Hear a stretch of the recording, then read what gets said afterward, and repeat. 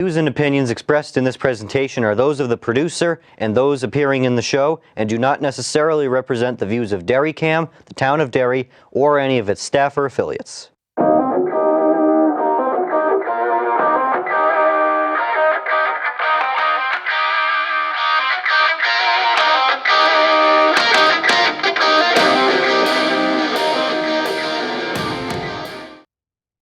Hi, I'm Anthony Henry. Welcome back to America's Ass. We're on episode 70-something. We took a break last week, so things are kind of thrown off. But we're back, and we're here with a familiar face for his 5th time on the show. Is it 5? 5 times, yeah. Oh, jeez, okay. Brian Chirichiello. Well, thank you for coming on, and just in case anyone hasn't seen you before, introduce yourself. Pleasure. Yeah, I'm Brian Chirichiello, old school politician, but no longer politician. I hung up my shoes last year, so just concentrating on my career, which is real estate, which I've been doing for 25 years.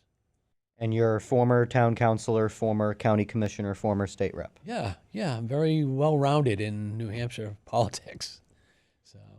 Yeah, so I guess we'll start with the county, where you're going to be dedicating a new building Friday, I believe. Yeah, November 7th, the new building will open up. If anyone's ever seen it, been out by Brentwood, you'll see the new building. It's beautiful, beautiful building. Half of the money came from opera money. The other half, we did a bond at the time years ago when money was at like really low interest rate. It's like a 2.35% interest rate. And that's the fair way to do it because you have future taxpayers paying into the building too. So that's going to be dedicated finally after two and a half years of building that. And that's going to house the sheriff, the county attorney's office, and the registry of deeds. So the registry of deeds and county attorney, they're currently in the courthouse, Brentwood Courthouse, in the basement. And they've been there for years. So this space is going to make things a lot more efficient. Now, behind the building, I got 14 acres of solar panels that were paid from federal money, opera money. And so what that means is the county the county complex, not the county as a 33 towns, it's the county complex, the nursing home, the sheriff's office, all the buildings will have no electrical bill for the next 35 years. And the county was spending roughly about $600,000 a year in electricity bills. Then you do add the RECs, which is about $150,000 in revenues. So it's a revenue generator for the county. That helps offset the taxes there. Yeah, and what was the planning for that building like? Because I imagine you did a lot of the planning while you were on. Yeah. So I was there. I was, the 3 commissioners, and I was the liaison to the opera monies. So I talked with all the department heads, and we got the plan together to get this building because it was long overdue. Always talked about, but it finally came to reality because the opera money had come in. So it's beautiful. I haven't seen the inside in a long time. While I was there, they were building it, and I would watch. But so I'm excited to be invited to go back there. And then the interesting thing about the solar panels, we had $10 million it cost for the solar panels of federal dollars, not local taxpayer dollars. And then I went to Washington, D.C., and then we applied for a program while Biden was president and actually got $3 million back because we did a solar project. So in essence, it really cost us $7 million. But we had the $3 million from that and another $1 million savings. So there's $4 million. Before I left, there was $4 million that was there to be used, and we should have used it. They really should have used it for one-time expenditures. Unfortunately, they used $3 of that $4 million for operational, which is a no-no because what's going to happen is if you level fund next year, they're going to have to raise that money in taxes. So what they did is they took that $4 million, spent it, then added this year, the the two of the three commissioners basically voted to appropriate taxes of $2 million. So they're spending $6 million this year. That's the highest amount the county's raised or taxed anybody in over 25 years. So I'm not happy with that because it's gonna hurt the taxpayers down the line. And I know people that have watched me over the years. I've always been a fiscal conservative. I'm a voice of the senior citizens that live on fixed incomes, that have houses here and get if they're on Social Security, they're getting a very small percentage of increase, which is called a COLA, right? It's like 2.5%. So if you spend more than 2.5% in any category of taxes, town, county, schools, what ends up happening is these seniors are getting squeezed. And now they have to find money somewhere else, so they just don't have it. So it's got to come from their food budget or whatever. It's just getting harder and harder. And I have a very soft spot for those seniors that are in a tough spot. So compare that to school district and town. What's it look like compared to them? Well, so last year the towns operated under a tax cap, as everyone knows.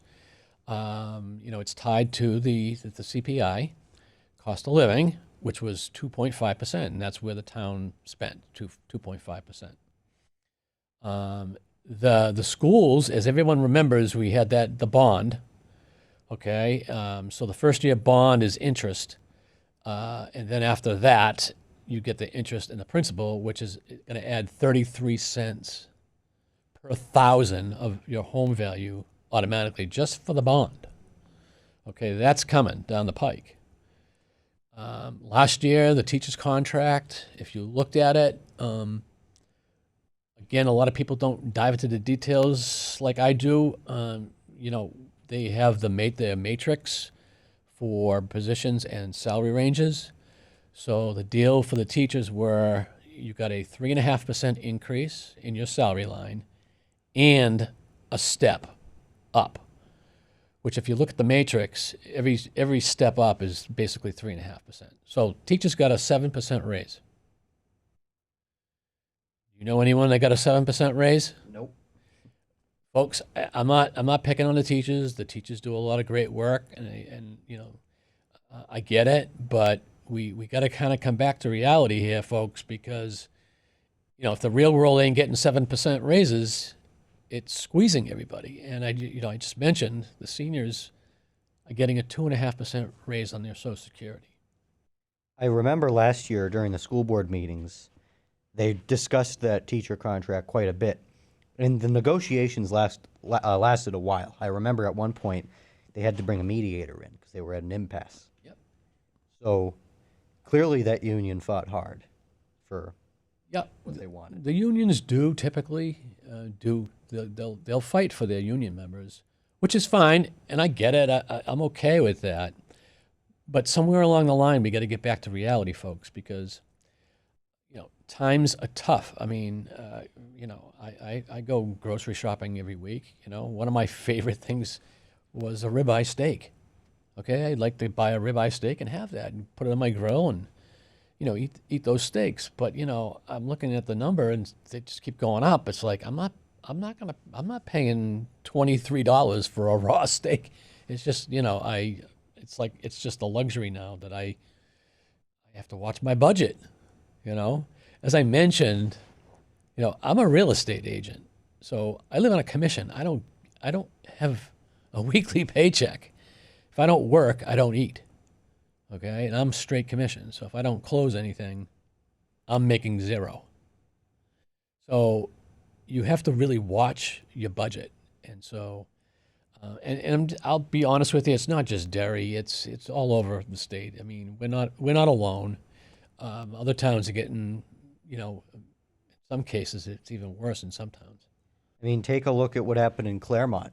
And then right after that happened, we subsequently found out several other school districts, such as Concord, I believe Pittsfield or Northfield, something like that. A few of them started having those issues too. Yeah. And, it's interesting because as I'm reading it, a lot of it is that they're not getting the funding for special needs. And I harped on this a few years back with the school board when they wanted to pick on the state reps. I said, why ain't you talking to Washington D.C. Our reps there, our senators there, because back in 1972, the feds basically said, you have to do this and that for special needs, and they said that they would fund it, but they haven't funded it fully. So, we're not getting the full funding from the feds for what they promised, and what ends up happening is it falls on us. And special needs, if you look at the budget, it can get very costly. And sometimes runaway spending is tough. So, kind of puts everybody on the spot. And unfortunately, it always falls to the taxpayers because we're the largest group that pays into this system. Now, you've obviously been involved in Derry and the school district and the county for a while, so you have a lot of experience when it comes to those budgetary issues. Are you worried that we will find out at some point soon Derry's going to have a similar issue, where they just lose a lot of money and then they start blaming people? The only saving grace right now that I'm happy about is if you read the news, there's a company that basically handles the healthcare issue for a lot of the schools. For instance, Londonderry, and they were short money, so they've sent Londonderry a bill for $2 million, a catch-up bill for $2 million. They're not even starting their budget, and they got a catch-up bill for $2 million. We weren't part of that group, thank the Lord. But excuse me, the healthcare keeps going, increasing, so it's getting tougher and tougher. As you recall, with our teacher contract, they negotiated. They were actually the town was paying 90%. And when they negotiated, they went from 90 to 95%.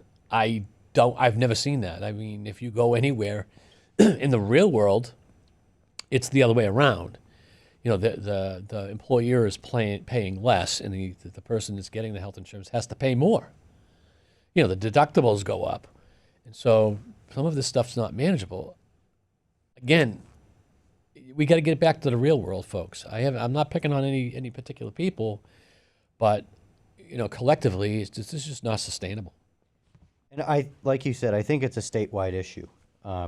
Local school boards keep making irresponsible decisions and then blaming the state reps because they don't have enough money for their pet projects. Yeah, that's sort of the easy way out. That's really not a solution. And they're looking to point their finger at a boogeyman, right? Now, I will tell you the state's been, they've been cutting taxes, interest and dividends tax, right? They've been cutting these taxes. So the pool of money is shrinking. And what I look at two categories of people. There's the people that look to spend more and point the finger. But when you look at reality and you look at, Derry's lost over 1,000 school children over the last 10 years. As a matter of fact, I heard that there are 100 people behind this year. 100. For that's between K to 8. And in the high school, it's a different number. But so we're still continuing to lose students, but yet the budget keeps going up. I get cost of living goes up. But again, let's go back to how responsible the town is with the tax cap, right? You can only grow by the CPI. We need to figure that out, We need to get involved, folks, because if you don't, your taxes are going to go up. I was talking to somebody today, and they were saying that their taxes are like $16,000 a year for property taxes. I'm like, you can buy a small little car for that every single year, and it's not going down, it's going up. As I mentioned with the county,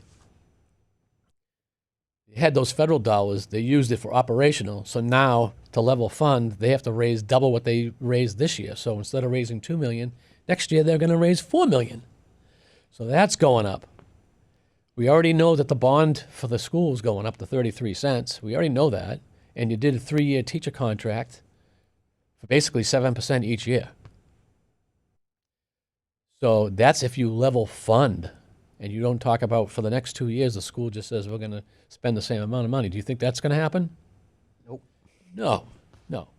So I'm already seeing the next 2 to 3 years, you've already got automatic increases built in. No matter if you go to the deliberative session or not, it's going up because people have made that decision prior. So we recently started our first fiscal advisory meetings. We have a much different budget process than previous years because we have Michael Flynn as the new superintendent. I'm going to make a prediction that for the bottom number, we're going to be around the same as we were last year. That's not taking into account other things, but I think it'll be around 102 million, just like last year. However, last year it was 102 after we cut 2 million from it, so it was supposed to be 104. Last year we had a great committee. I'm hoping this year we can do something similar, maybe another cut. But like you said, times are tough. A lot of these boards aren't doing the right thing. Yeah. So, Well, let's look at it this way. I get the fact that there was a 7% increase last year in the year one of the teacher's contract. Yet the overall budget they cut, right, to make that number work. That's great. But now the second year comes in, and now you're at another 7%. So in the second year, that increase is going to hit. So I don't really see how the school board's going to make another huge adjustment to absorb that 7%. And actually, it's going to be 14%. yeah. So, Excuse me. no worries. So they keep blaming the state reps for stuff like this. What are the state reps actually doing right that they're not mentioning? What are they doing for these school districts that they're not acknowledging? Well, you know, in the Constitution, it basically says the state's responsible for education. But you can only get so much money. And you've got to, I mean, if you think about it, imagine having 20 kids and each one of those kids wants money and you only have so much, you only have enough to go around. It's only a certain amount. Yeah. And you divvy that amount, but then the kids will say, that's not enough. You know, it's not that easy. You know, it's not like they're printing money in Concord. Besides, in Concord, they're balancing the budget. You know, you not only you have schools, you've got all these people that need help in different ways that they've got to, you know, have a budget for. So there's a lot of competing hands out there for this money. So you got to prioritize. You know, I'm going to go back to, again, the town because I spent 18 years there with the tax cap. I love the tax cap because I'm not the bad guy. I just say, hey, this is how much money you can spend. Now we have to prioritize. And you really have to drill down and you have to prioritize. You know, that's the way it should be because I do that in my house, right? If I only, remember, if I'm making commissions and 2 months go by without a commission and I have to make a choice between, you know, should I buy a ribeye or, can I buy just a regular, hamburger? Yeah. I have to make those decisions, right? Because I have to live within a budget. We got to do the same thing with our municipalities. And so I don't think it's fair to point fingers at the state reps. Remember, we have 10 state reps in Derry. 10 very different state reps. We have 10 state reps, but even if they were all on the same page and agreed, 10 out of the total amount of reps that are up there, what is it, 400? Yeah. 400 reps. You know what I'm saying? If I make a pitch to 400 reps and I'm talking about Derry, they're going to say, wow, what about Bedford? Or what about Wyndham? Or what about, whatever? What about Claremont? So just because you're up there and you can't snap your fingers and make it happen, it's just not that way. So next year, we are already looking at 1,400 bills for 1 year. Yes. Is there anything you're watching? Anything you'd like to see happen? Well, so I watched last year, and there was a lot of controversial housing bills that a lot of people didn't like because they claimed it went around local control. Being a real estate agent, I see this and know this for a fact that affordability issue is a problem, especially for our younger generation. I've said this over and over. Yeah. The average house is $550,000. Are the kids that we're educating now, when they get out of high school, are they going to be able to afford a $500,000 house right out of the gate? I don't think so. So what are we doing? We're sending our kids out of state or up north, you know. So, you know, I'm sure that people want to have their grandchildren live close by. You know, Derry's a great community. I'd rather keep the younger generation here. And I don't know what the full answer is. I don't claim to have the full answer. But anyway, there was a lot of bills dealing with housing, which were good. A lot of people didn't like them, and they passed, okay, which is good. The ADU bill was good. Some of them got vetoed by the governor, some did not. Right. But we've got to do something. We're not alone in Derry. We're not alone in New Hampshire. There's other states that have the same issue. But collectively, we need to find what that is. And I know President Trump's working on it. We'll see what happens. I know the interest rates are going to get a little bit lower, and if they are building, that'll alleviate some of that market. Hopefully, you know, that'll free up some of that stuff so our younger generation can stay. Well, we're a couple weeks into the shutdown. How do you think that's going to go? You know, I've always been honest, and people know that I'm a Republican. I'm going to say that I'm very upset with the Democrats because if they really care about the people with these SNAP programs and everything, they'd open the government, get the food to the people, and then talk the issues. It almost seems like they want to talk the issues before they open the government on healthcare. And I understand where they're coming from, but don't hold people that have, don't hold them hostage because listen, you're getting a paycheck as a congressman and you represent us and you're going to watch people go without food. That just wrong. That's really upset me, to be honest. So I don't pull my phone out a lot on the show, but I actually want to read something. And this is actually verbatim from the Massachusetts Health and Social Services website on the SNAP benefits program. It actually says this on the website. For a state government, President Trump is currently choosing not to issue November SNAP benefits that help you and many families put food on the table. Yeah, we all know, anyone with half a brain knows that this is all political. And it really shouldn't be political. Holding the American citizens hostage and some of these people, military and everything, are not getting paid is just dead wrong. And you know what? I just say get these people out of office. They don't deserve to be there. Whatever side, if they're contributing to not opening this up and playing politics like that, this is not what that's meant for. I have been quite disappointed with them. I think they've been very childish with this. And I don't think either side's going to win anyway. No one's going to get what they want. No. Meanwhile, people are concerned, and where are they going to get their food and all that stuff. Can you imagine in the United States people worrying where they're going to get their food? I mean, we're the most prosperous country in the world. To do that is just wrong, plain wrong, and so that's upsetting me. I know at least 3 members of Congress have said we're doing this because it's the only leverage we have. As you said, they are using this to get Trump to do what they want. Will Trump do that? I don't know. I don't think Trump overall has been quite as firm as I'd hoped he would be. He's been kind of wishy-washy on a few issues that I'm disappointed in, but I don't know what's going to happen with this. And like I said, I don't think either side's going to end up a winner with this.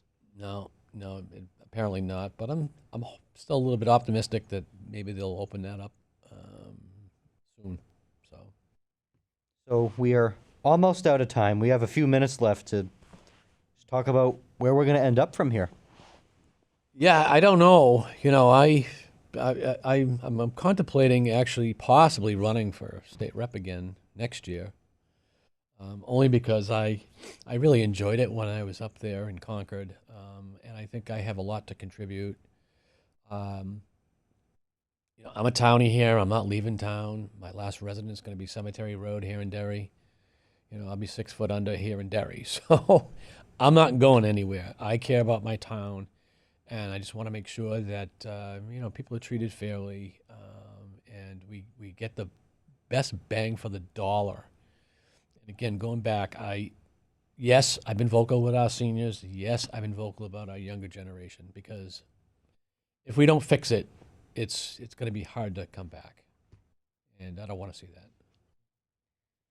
Well, you've always been a sound voice in town on many levels, so Try to be, so thank you for saying that. well, hopefully you can come back in some way. I know you're on the planning board still. Yes, yeah, and good things are happening there. I know we only get a couple minutes, but you can see what the 4A, and we're working on all that stuff. We've been talking about that for years, of course. Finally, it's here, so those are good things. And the new Tuckaway location. Yeah, that's going to be fantastic. Yeah. I think overall with 4A, it's gonna be a lot of growing pains. I certainly don't discredit anyone that's unhappy with it. However, I think it's gonna have a lot of benefits, especially economically. Yeah, I'll be really quick. So if you focus on one thing about Derry and why 4A is needed, look no further than the traffic circle. If you didn't do 4A, that traffic circle just keeps getting worse and worse. Right now, they graded that as a D. If it gets to an F, it's a failure, and you just can't take any more. So you have to have this. It's just another way to get people away from Derry that don't need the downtown. So yeah, is it perfect? No, but is it needed? Absolutely. And that's really the main driver, as one main driver. It's also to help build our downtown back up. All right, well, exciting things ahead. Yeah. Budget process is in full swing. I have another meeting Tuesday. Like I said, we have an interesting group, some new faces. It's good to work with Richard Tripp, Jim Dietzel, Derek Anderson, Ben Cohn, varying viewpoints, and obviously the old members, too many to name, but it's fun working with them. It's a fun group. It's good learning for me. Yeah. I still find it funny that I managed to, I hate to say it, but I exploited that loophole by getting on, because there's no age requirement for advisory committees. I wouldn't call that exploiting. As I said to you a long time ago, apathy is the worst thing. What I'm happy to see is the younger generation getting involved, because if you don't, then your voice is silent, and you're stepping up. So I'm glad, and I'm glad that you're interested in other people's opinions, because that's exactly what you need to do, to form your own. So you're in a learning curve. You'll get up to speed. You'll learn that process, which is great. So I don't think you've exploited it. Well, thank you. And for everyone at home, just pay attention. A lot of exciting stuff coming. Deliberative session is in January, and remember to think about running. Think about joining a local committee. All right. I'm Anthony Henry. This has been America's Ass. Thank you for watching.